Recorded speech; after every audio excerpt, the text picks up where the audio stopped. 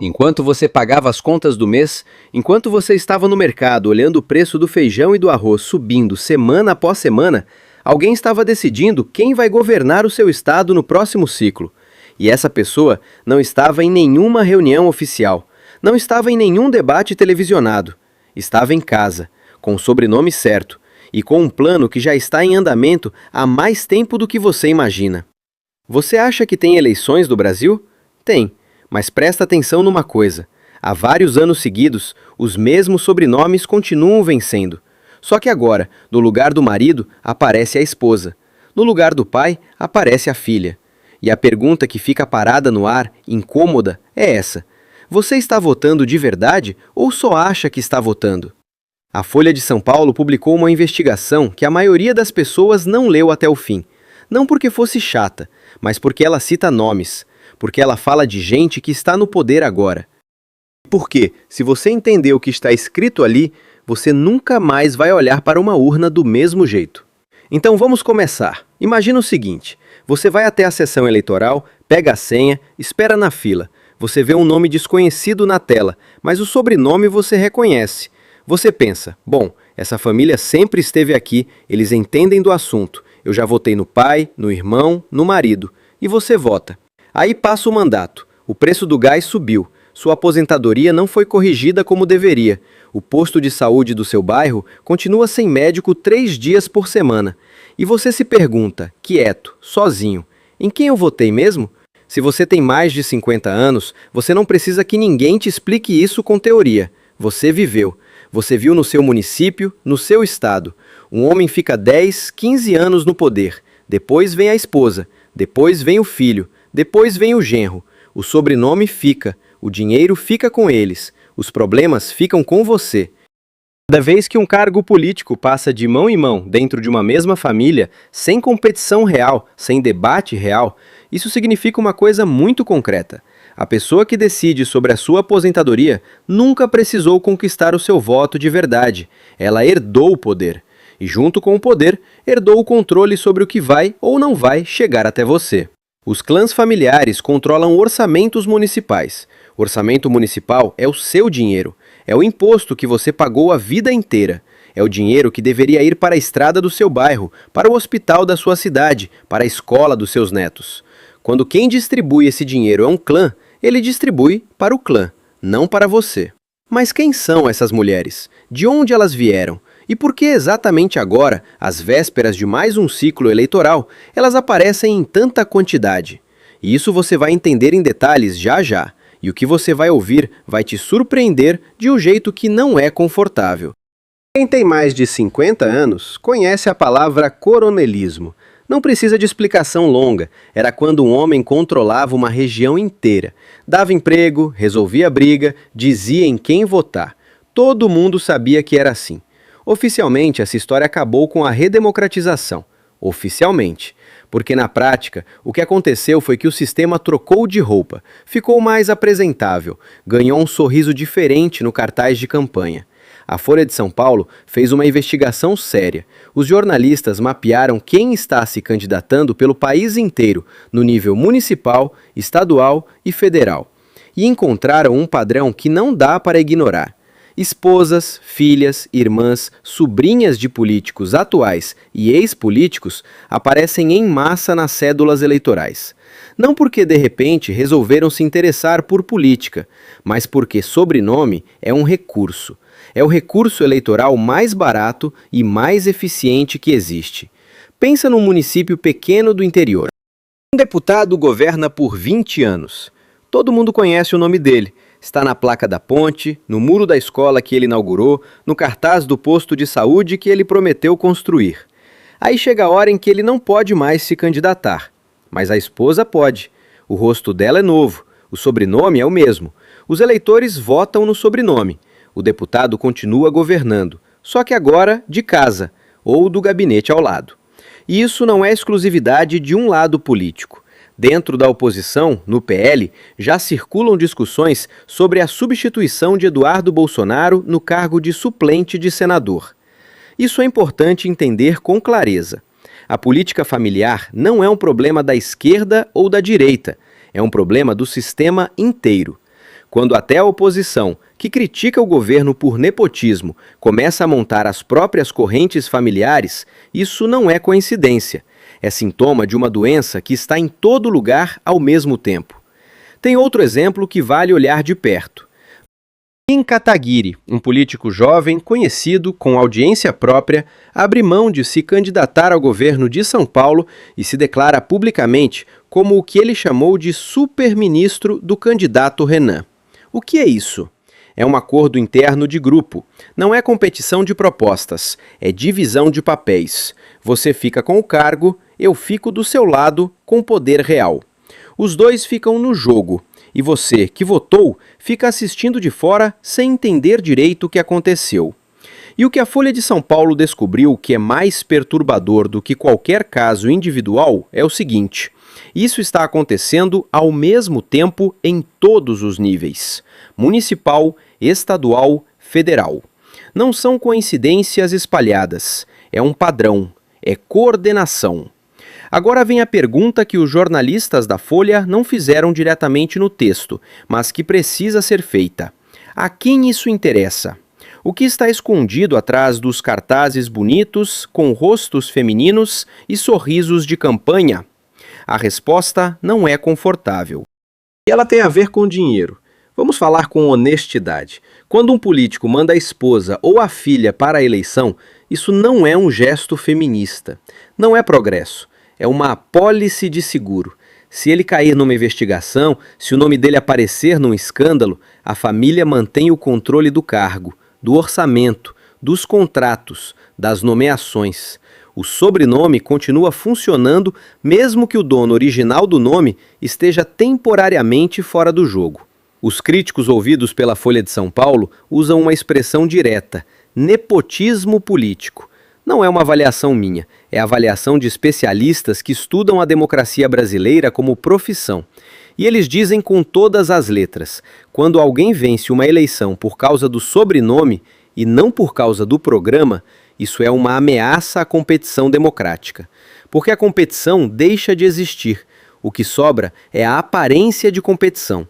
Pensa na sua própria vida, ou na vida dos seus filhos. Você fez prova, passou por entrevista, concorreu com outras pessoas para conseguir um emprego. Seu filho fez o mesmo. E agora imagina que nessa vaga, automaticamente, sem processo seletivo nenhum, entra o filho do diretor, só porque o sobrenome dele já está no prédio.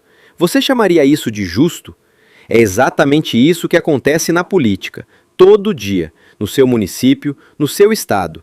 Você tem netos, eles vão para escolas que dependem do orçamento municipal. Eles vão crescer num país que está sendo construído agora, por essas pessoas. Quando um cargo político é transmitido por sobrenome e não conquistado em competição real, a pessoa que decide sobre as escolas, os hospitais e a segurança das ruas nunca precisou responder de verdade por nada, porque ela sabe que quando o tempo dela acabar, alguém da família vai ocupar o lugar. O ciclo se fecha e você fica de fora. O que está sendo escondido é simples e concreto. Por trás das histórias bonitas sobre primeiras-damas que decidiram servir ao país, existe uma economia muito específica: contratos municipais, subsídios estaduais, transferências federais. Quando uma família controla um cargo por vários mandatos seguidos, ela controla a distribuição desse dinheiro. Isso não é teoria conspiratória, é o que a Folha de São Paulo descreveu. É o que se chama de coronelismo, só que no século XXI, com Instagram e assessoria de comunicação. Pensa bem no que isso significa para o lugar onde você mora. Quando o mesmo sobrenome aparece no cargo de prefeito, depois no cargo de vereador, depois na Câmara Estadual, depois no Congresso, ao longo de décadas, o que está acontecendo não é popularidade, é controle de território. É a mesma lógica do coronel do século passado, só que agora com urna eletrônica e pesquisa de intenção de voto. E a pergunta que fica, e que não tem resposta fácil, é essa: o que você faz com essa informação? Porque reconhecer o padrão é uma coisa, mas na hora em que você está na cabine, olhando para a tela, e o único nome que você conhece é aquele sobrenome de sempre, o que você faz? É uma das questões mais difíceis da democracia real, não da democracia de livro didático. Porque a democracia de livro diz que você escolhe livremente. A democracia real, a que você viveu, a que seus pais viveram antes de você, às vezes parece uma peça de teatro em que o elenco muda, mas a família que produz o espetáculo é sempre a mesma. Tem gente que vai dizer, mas algumas dessas mulheres são competentes, têm história própria, não são só o sobrenome do marido. E pode ser verdade em alguns casos, mas o problema não é a competência individual de nenhuma delas. O problema é o mecanismo. O problema é quando o sobrenome substitui o processo, quando a familiaridade substitui a proposta, quando o eleitor vota no passado do pai, não no futuro da candidata. Você já viu isso na sua vida. Aquela cidade onde todo mundo sabia que o prefeito ia indicar o irmão para a secretaria, o cunhado para a empresa pública, a filha para o cargo comissionado. Não era segredo, era o funcionamento normal das coisas. E quando alguém reclamava, a resposta era sempre a mesma. Mas eles conhecem o trabalho, eles têm experiência, eles são de confiança. Confiança de quem? Para quem? A investigação da Folha não é um ataque a nenhum partido específico, é um mapa de como o poder se reproduz no Brasil, independente de quem está no governo federal, independente de qual sigla está na moda. O fenômeno atravessa partidos, atravessa regiões, atravessa décadas. E o que torna esse momento específico diferente dos outros é o volume. O número de primeiras-damas, filhas e parentes de políticos que estão se lançando agora, simultaneamente, em todos os níveis, é maior do que em qualquer ciclo recente. Isso não é evolução natural da participação feminina na política. Isso é uma estratégia de preservação de poder que usa o discurso da representatividade feminina como embalagem, porque tem uma diferença enorme entre uma mulher que entra na política por mérito próprio, com trajetória construída independentemente, e uma mulher que entra porque o marido ou o pai precisava de alguém de confiança para segurar o cargo. As duas podem ser mulheres, mas o caminho que as levou até ali é completamente diferente. E as obrigações que elas carregam quando chegam lá também são completamente diferentes. A mulher que chegou por mérito responde para os eleitores. A mulher que chegou pelo sobrenome responde para a família. Você consegue distinguir uma da outra olhando para o cartaz de campanha? Não. Você consegue distinguir pelo histórico, pela trajetória, pela independência das posições que ela tomou antes de se candidatar. Mas isso exige tempo, atenção e informação.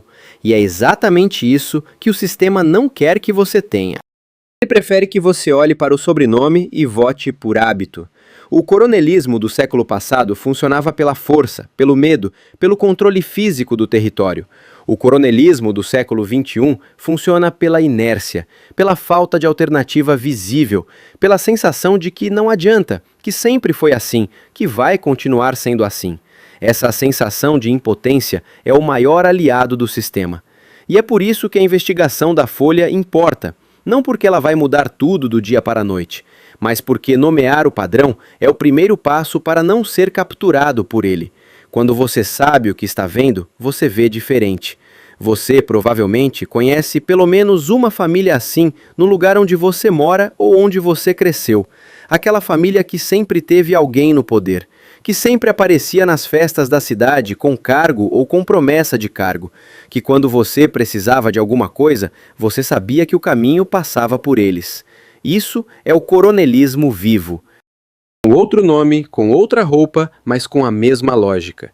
E a pergunta que fica, a que não sai da cabeça depois que você entende o mecanismo, é essa. O que muda quando você sabe disso? Porque saber e agir são duas coisas diferentes, e a distância entre as duas é onde o sistema sobrevive. Talvez a resposta comece antes da cabine de votação. Comece na conversa com o filho, com a neta, com o vizinho. Comece em perguntar, quem é essa pessoa além do sobrenome? O que ela defendeu antes de se candidatar? Ela tem posição própria ou repete o discurso da família? Essas perguntas parecem simples, mas elas são exatamente o que o sistema não quer que você faça. Porque o sistema funciona enquanto você não pergunta. Funciona enquanto o sobrenome é suficiente. Funciona enquanto a inércia é maior do que a curiosidade. Você viveu o suficiente para saber que as coisas não mudam por acaso. Mudam quando as pessoas certas fazem as perguntas certas na hora certa. E talvez essa seja uma dessas horas. Talvez o que a Folha de São Paulo publicou e que a maioria dos canais grandes passou por cima sem aprofundar, seja exatamente o tipo de informação que precisa circular entre as pessoas que já viram esse filme antes. As pessoas que têm mais de 50 anos e que sabem, por experiência própria, o que acontece quando o poder fica parado de mais tempo nas mesmas mãos. A questão que fica aberta e que cada um precisa responder por conta própria é a seguinte: você acha que esse fenômeno é inevitável, que faz parte da natureza da política brasileira e sempre vai ser assim? Ou você acha que existe um ponto em que o eleitor consegue quebrar o ciclo, se tiver informação suficiente e disposição para usá-la? Porque as duas respostas têm argumentos sérios. E a resposta que você der diz muito sobre o que você acredita que a democracia ainda pode ser nesse país.